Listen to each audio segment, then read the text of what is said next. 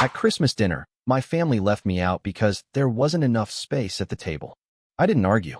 Instead, I bought the entire restaurant for the next holiday. When they arrived, they saw a sign that read, "Private event, hosted by the black sheep of the family." Hey there, we're working hard to hit our first 1,000 subscribers. If you love true, emotional stories, hit that subscribe button. It helps more than you know. Now let's get into the story. You ever get used to being the black sheep of your family? Like, not just a little different, the kind of different that makes your siblings roll their eyes when you talk, and your mom lovingly joke that you must have been switched at birth? Yeah, that's me. I'm the youngest of four. The weird one. The quiet one. The one who liked building little websites in middle school, while my brothers were playing football and my sister was off winning pageants and dating older guys. They were loud, confident, popular. I was not. It didn't start out hateful, I'll say that. Just small things. Jokes I didn't get, plans I wasn't invited to, my ideas being brushed off. And then it snowballed. By the time I was in my 20s, it was kind of an unspoken truth. I was background noise in my own family. Birthdays? Half the time, they forgot until Facebook reminded them. Group chats? They'd talk for days, and I'd find out later I was on mute. One time, my brother literally said during a family dinner, "Oh, right, forgot you were here." They laughed. I laughed. But inside, I cracked a little more. Still, I kept showing up. I figured that's just how families are, right? No one's perfect. Then last Christmas happened. So the tradition in our family is that every Christmas Eve, we all meet up for dinner. No one hosts anymore. It's always at this fancy restaurant my parents love. We eat, drink, argue about politics, pretend everything's fine, and then go home pretending we're all closer than we are. Last year, about a week before Christmas Eve, I sent a message in the family group chat, the one I'd been re-added to after they realized I missed Thanksgiving. Again, no one told me. I asked what time we were meeting for dinner. No one responded. 2 days later, my sister messaged me privately. Just a short text. "Hey, just a heads up, there's kinda not enough space this year at the restaurant. They messed up the booking. It's only enough for immediate family, but we'll FaceTime you after." I stared at the screen for so long, my phone locked itself. I'm immediate family. I am family. But I didn't reply. I didn't argue. I didn't ask who made the reservation, or why I was the only one cut. I just stared at the words and felt something in me finally snap. Christmas Eve came. I stayed home. No one called. No FaceTime. But my sister posted a group photo on Instagram. All of them at the restaurant, toasting glasses, smiles all around. My seat wasn't empty. It was never meant to be there. The caption? "Nothing better than being surrounded by the ones you love most." I didn't cry. I didn't scream. But something cold settled in my chest. I looked at that picture for a long time. Not just the people, the lighting, the background, the name of the restaurant.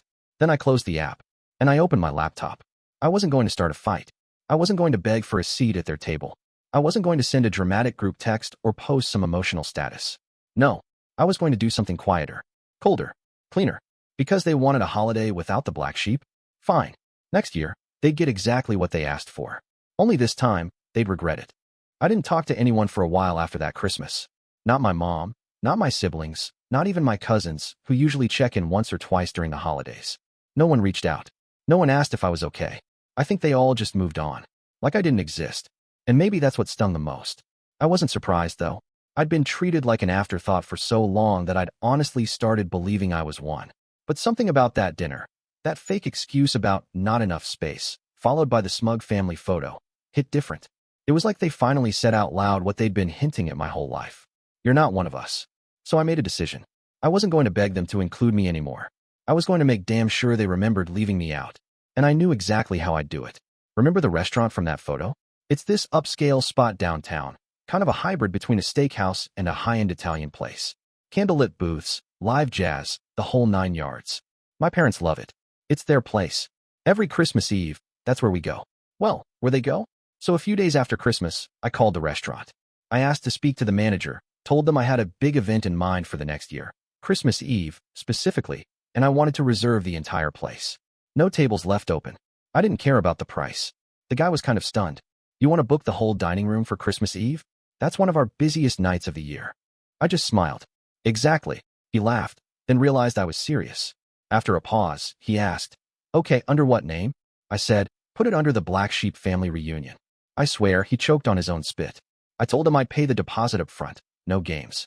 I even offered to cover any lost revenue if they had to turn other reservations away. But he was professional, and maybe a little curious. We ended up having this weird, Funny heart-to-heart about families and revenge. He said he'd hold the date and that I'd need to meet with him in person in spring to finalize. That was step 1. Step 2 was more subtle. I said absolutely nothing to my family. No texts, no calls, no passive-aggressive posts, just radio silence. I wanted them to think I'd faded into the background again, that I was licking my wounds and being my usual quiet self. Let them underestimate me. Months passed. I focused on work, got back into my hobbies, even started therapy, not because I was broken, but because I wanted to make sure I didn't fall back into that pathetic version of myself who tolerated being treated like furniture. My therapist said something that stuck with me. Silence can be powerful, but directionless silence just becomes isolation. You're choosing silence with intention, and that's different. Damn right it is. Spring came, and I met with the restaurant manager. We planned everything. A custom menu, a jazz trio, lights strung around the windows, place cards that said, "Reserved for real ones only." I was having way too much fun. By summer, I paid the full balance. And by fall, I sent out private invitations, not to my family, of course, but to a handful of people who'd always been there for me. My old college roommate, a couple co-workers who'd become like brothers, my best friend from high school, and even my downstairs neighbor who always brought me cookies on holidays. I told them the truth. It's kind of a revenge dinner. Petty, I know, but I want to turn the worst holiday I've ever had into something I'll never forget, for the right reasons. They were all in. Then, in November, the inevitable happened.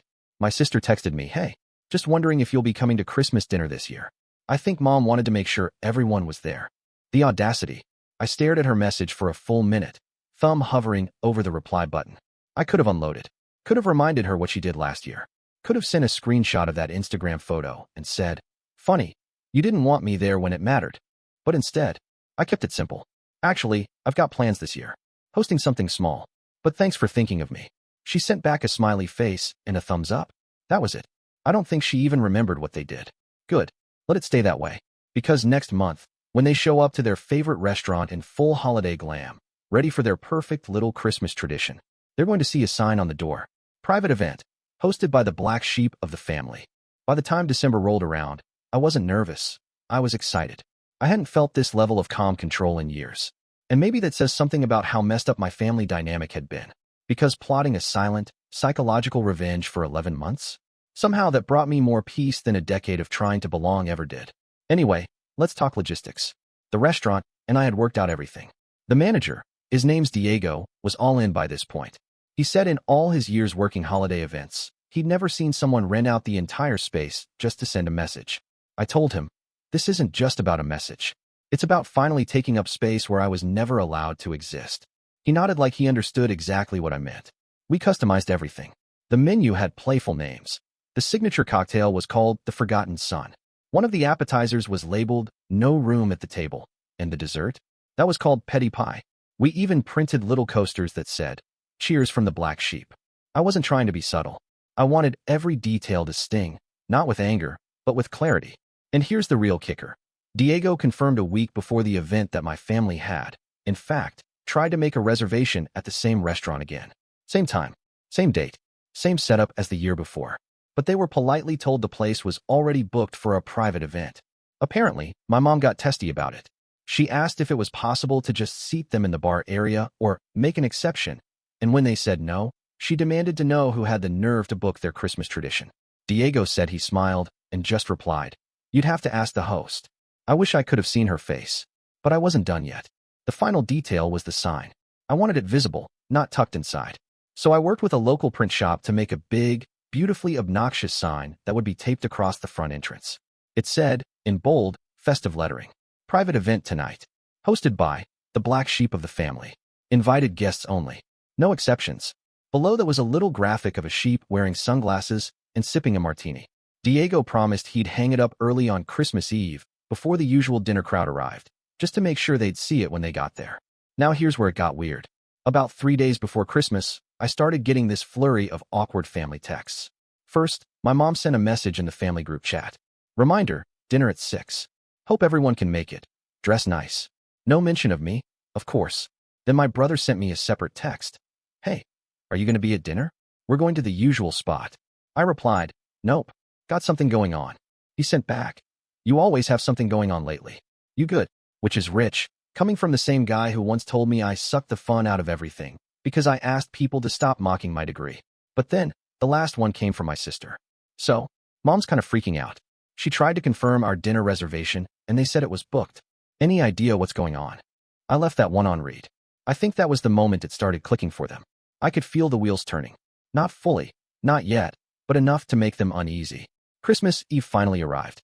I showed up at the restaurant early with my guest list of about 12 people, friends, co-workers, even my neighbor and her adorable schnauzer, who was allowed in the patio area in a tiny holiday sweater. Everyone came dressed to the nines. We looked like a found family straight out of a Hallmark movie, except this time, the outcast was the main character. Diego handed me a glass of champagne the moment I walked in. "It's up," he said. He pointed at the front entrance. And there it was, the sign. Bold, elegant, unmissable. I took a deep breath. Not from nerves. From satisfaction. It was done. The trap was set. All that was left was for them to walk into it. I wish I could say I was calm when they showed up. But honestly, my heart was doing backflips. I was standing near the back of the dining area, sipping a cocktail, surrounded by people who actually wanted me there, when Diego gave me a little nod from across the room. "They're outside," he said under his breath. Everyone around me perked up. My neighbor clutched her wine like it was a front-row ticket to drama. I didn't move. I didn't rush to the window. I just stood there, back straight, drink in hand. But oh, I could hear it. Through the glass and the hum of music, I heard my mother's voice. Sharp, irritated, followed by my sister's forced laugh and my brother's signature. "What the hell is this?" I imagined the exact moment they saw the sign on the door. Private event, hosted by the black sheep of the family. It probably took them a few seconds to register what it meant. Then the realization would hit like a truck. I had booked their favorite restaurant on their sacred holiday and kicked them out of their own tradition. Apparently, my mom tried the door anyway. Locked. Then she knocked. Diego was a professional. He walked over, smiled, and calmly told them the event was fully booked and private. No entry allowed. My mother asked who booked it. Diego shrugged. "I believe the host left you a message." That was true, by the way. Inside, we had placed little handwritten notes at each table with the evening's menu and a message printed at the top. "To those who never had a seat, tonight, you have the whole table." One of my co-workers saw them lingering at the window and leaned in. "You want us to wave?" I smiled. "Nah, let them soak in it." Eventually, they left. But not before my brother pulled out his phone. A moment later, mine buzzed on the table. "Brian, what the hell is this? You booked the whole place? Seriously? On Christmas?" I muted him. Then my sister tried. "Sophie, you're being dramatic. You could have just told us. You're ruining Mom's night. This is childish." Ah, there it is. The classic family spin. They exclude you, ignore you, erase you from memories, and the moment you stand up for yourself, you're the villain. I didn't respond. Not then. Instead, I raised a toast. Everyone at my table lifted their glasses. My old college roommate grinned and said, "To what are we drinking?" I looked around at the faces, warm, laughing, genuinely happy to be there. The kind of night I'd always hoped for. The kind of feeling I never had at one of my family's dinners. "To chosen family," I said. "To being left out, and finally realizing you were never supposed to be in." We clinked glasses. The music played. The food came out hot. Petty pie was a huge hit. It was, in every sense, perfect. But of course, nothing that's satisfying stays quiet. The next morning, I woke up to a war zone on my phone. My mom had messaged me at 1:27 a.m. "I can't believe you would do something like this. We were trying to include you this year. We were going to make space. And then, I don't know what happened to you. You used to be such a sweet boy. Always quiet. Now you're just cruel." That last part hit me in the gut for a second. But then I remembered, quiet doesn't mean weak. And kindness doesn't mean letting people walk all over you. She was right about one thing, though. I used to be that sweet, silent boy. Used to. This version of me, the one who finally took up space, he doesn't apologize for not being the family's doormat. And he sure as hell doesn't ask for permission to belong. After the dinner and the fallout, I honestly thought that would be the end of it. The point was made. The message was clear. They were embarrassed. I got closure, right? Well, kind of. See, what I didn't expect was for my cousin Jenna to reach out. She and I had always been friendly, grew up close until high school when she moved out of state. She wasn't part of the core family dinners anymore, but she saw things. She'd been at a few awkward Thanksgivings, and she was always the one to send me a birthday message when no one else remembered. She called me out of the blue a few days after Christmas. "Hey, just wanted to say that dinner you threw? Iconic. Wish I'd been invited." I laughed, but she sounded serious. "No, really. I saw the pictures. Mom told me everything. The whole family is spiraling. But I gotta ask, do you actually know why they've always treated you like this?" I paused. "What do you mean?" And that's when things got weird. Jenna said something I wasn't ready for. Apparently, back when I was born, there was a situation in the family. My dad had been laid off around that time, and my arrival put a financial strain on everyone. My older siblings were already teenagers, my mom was working part-time, and the stress caused a lot of resentment, especially from my older brother Brian, who apparently had to give up a summer internship because my mom needed him to help with childcare. They always saw you as the one who changed everything, Jenna said. Not that it was your fault, obviously. You were a baby, but that bitterness, it never really went away. I didn't know what to say. All these years, I thought they just found me annoying, or boring, or unrelatable. But deep down, they resented me. For being born, for existing, and even worse, no one ever said it. They just treated me like the spare part, the outsider. And I spent years trying to win back affection that was never really mine to begin with. It all suddenly made sense. Why my birthdays were always forgotten. Why my ideas were laughed at. Why I was left off the group vacations, the family slideshow, even the holiday card that one year. They didn't hate me because I was different. They hated me because I reminded them of a time they wished never happened. I felt like I'd been punched in the stomach. But it also explained everything, gave it a shape, a reason, and with that clarity came peace. Because for the first time, I knew it wasn't about me. It never was. It was never the way I dressed, or talked, or thought. It was never my weird hobbies or my quiet nature. It was old, buried resentment passed down like a virus, and I'd spent my whole life trying to cure a disease that didn't even come from me. I asked Jenna why no one ever told me. She sighed. Because we were kids, and no one really talked about it. But I always noticed. You were like an afterthought. It wasn't fair. Then she said something I'll never forget. The thing about black sheep is they're usually the only ones who can see the family for what it actually is. That line hit me hard. We talked for an hour. It was the most honest family conversation I'd had in years. And it felt good. Not just because she reached out, but because someone else had seen it all, too. I wasn't crazy. I wasn't imagining it. The patterns had always been there. And now, I was done playing along with them. So when New Year's came, and my mom sent a forced message in the group chat like nothing had happened, wishing everyone joy, peace, and family in 2025. Let's start fresh. I didn't reply, not out of anger, out of peace, because I finally understood that I wasn't missing a seat at their table. I'd outgrown the table entirely. After my conversation with Jenna, something shifted in me. It's like for the first time in my life, I stopped needing their approval. I wasn't waiting for the apology. I wasn't hoping they'd come around. The version of me who kept one foot in the door, just in case they changed, had finally stepped out and shut the door behind him. And it was beautiful. But apparently, they weren't done. Around mid-January, I started getting more messages. Not angry ones this time. No guilt trips, no passive-aggressive comments. Just awkward, overly cheerful attempts to act like everything was normal. Mom. Hey honey, your uncle is hosting a dinner next week. Want me to save you a seat? Sophie, we should all do lunch soon. Just as siblings. What do you say? Brian, real talk, I know we messed up last year. Want to grab a beer sometime? I read them, but I didn't reply. It wasn't that I hated them. I just wasn't interested in cleaning up a mess I didn't make. And I wasn't going to reward their sudden conscience just because the consequences finally landed. But here's where things get a little poetic. About 2 weeks later, I got a call from Diego, the restaurant manager. He was laughing when I answered. Dude, he said, you're not going to believe this.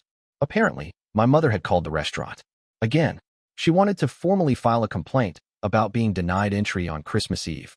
She insisted that she was a valued customer, and that it was disrespectful for them to allow someone to book the entire space on a holiday.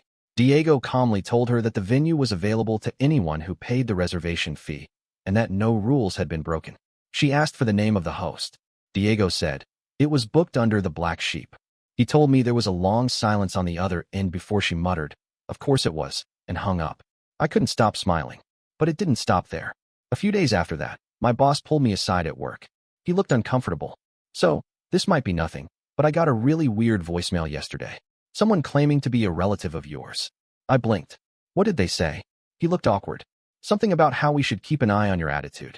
That you've been isolating yourself from your family, and it might affect your mental health or performance at work.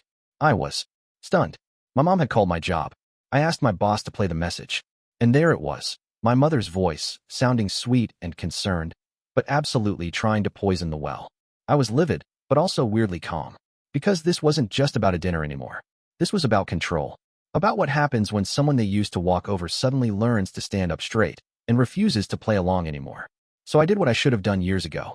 I sat down, wrote a long, respectful email to every member of my family, and hit send. I explained that I knew the history, that I understood the dynamics now, and that I forgave them, but I wouldn't forget how I was treated. I said that moving forward, I wasn't interested in shallow reunions, forced holidays, or fake forgiveness. I told them I wished them well, but I was done. The responses were predictable. My sister replied with, "Wow, drama king much." My brother said, "You're being a baby.